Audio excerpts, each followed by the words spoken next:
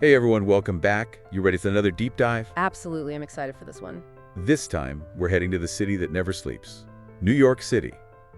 But we're not just looking at the bright lights and Broadway. No, not this time. We're going way deeper. We're looking at the architectural history of New York City. Fascinating stuff. Really is.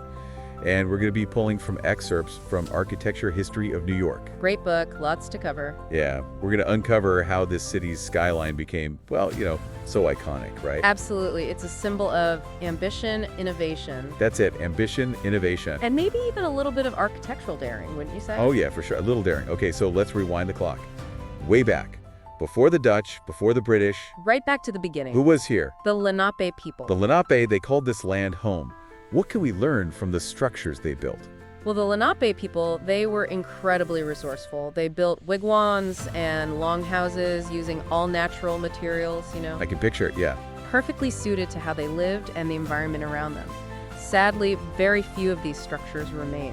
Yeah, that's always the way, isn't it? It is. But, their legacy is woven into the fabric of the city. Absolutely, the city's DNA. So we have the Lenape people, and then Come the Dutch. Yeah, the Dutch with their Gabled houses. right? And then, of course, after them, the British with Their Georgian and federal-style buildings. Yeah, it's like the city, it's like it was layering its personalities from the very beginning. Like building a foundation. Right, setting the stage. Or everything that comes later. I love that, setting the stage. Okay, so Dutch influence. Oh, you can still see it today.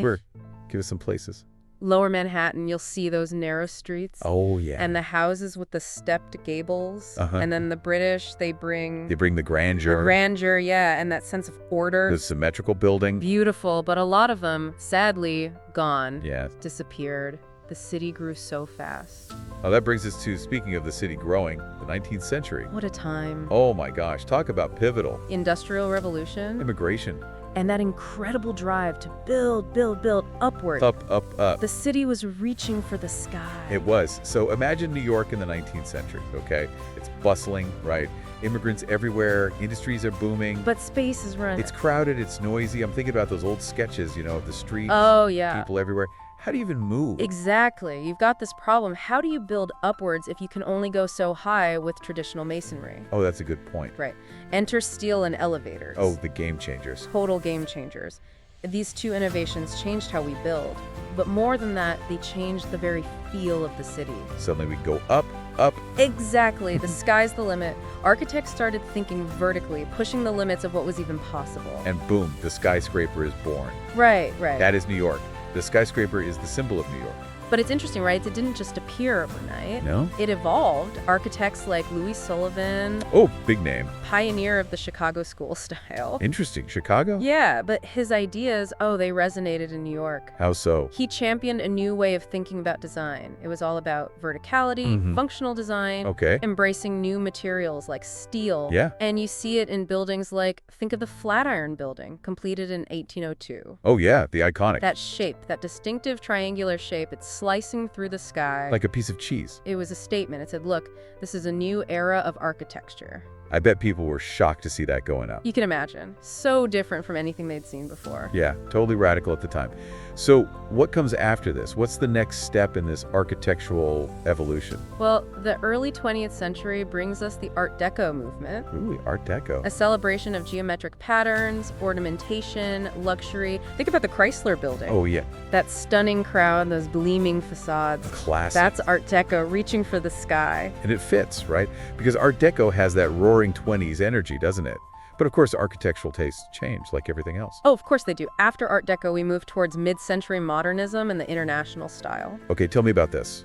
Buildings like the Lever House and the Seagram Building. Yeah, I know those. They embraced sleek lines, glass facades, a minimalist aesthetic. So different from the kind of the more ornate Art Deco? Yeah, it reflected a different time, right? The post-war optimism, Right. the focus on progress and functionality. Makes sense. So it goes from kind of elaborate and ornate to Streamlined, efficient. efficient. Yeah, I see that. Done. Did that last long? The modernist phase, it dominated for a while, but then, toward the end of the 20th century, there's this reaction to modernism. Oh, interesting. To that sometimes stark aesthetic, and that's where postmodernism comes in. Okay, postmodernism. Tell us about it.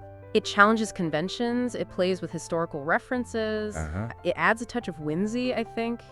A good example, Philip Johnson's AT&T building, or as it is now, the Sony Tower. I know it, yeah. that chip-and-nail style top, I always wondered about that. pure postmodern playfulness. I love how architecture reflects the time, right? It's not just buildings, it's culture. Absolutely, it's reflecting the social and cultural changes happening all around it. So where are we now? What's shaping the New York skyline today? Well, contemporary architecture, Uh-huh. it's really all about sustainability, Okay. pushing the boundaries of design and materials. We're seeing this in structures like One World Trade Center. It's a symbol of resilience, right? It is. And the Vessel, that interactive public space. Oh yeah, the It's vessel. unlike anything we've seen before. From Lenape longhouses to these modern architectural marvels, it's quite a story. It really is. Each building is like a chapter, Yeah, in this ever-evolving. ever-evolving story of the city. So what will the next chapter hold?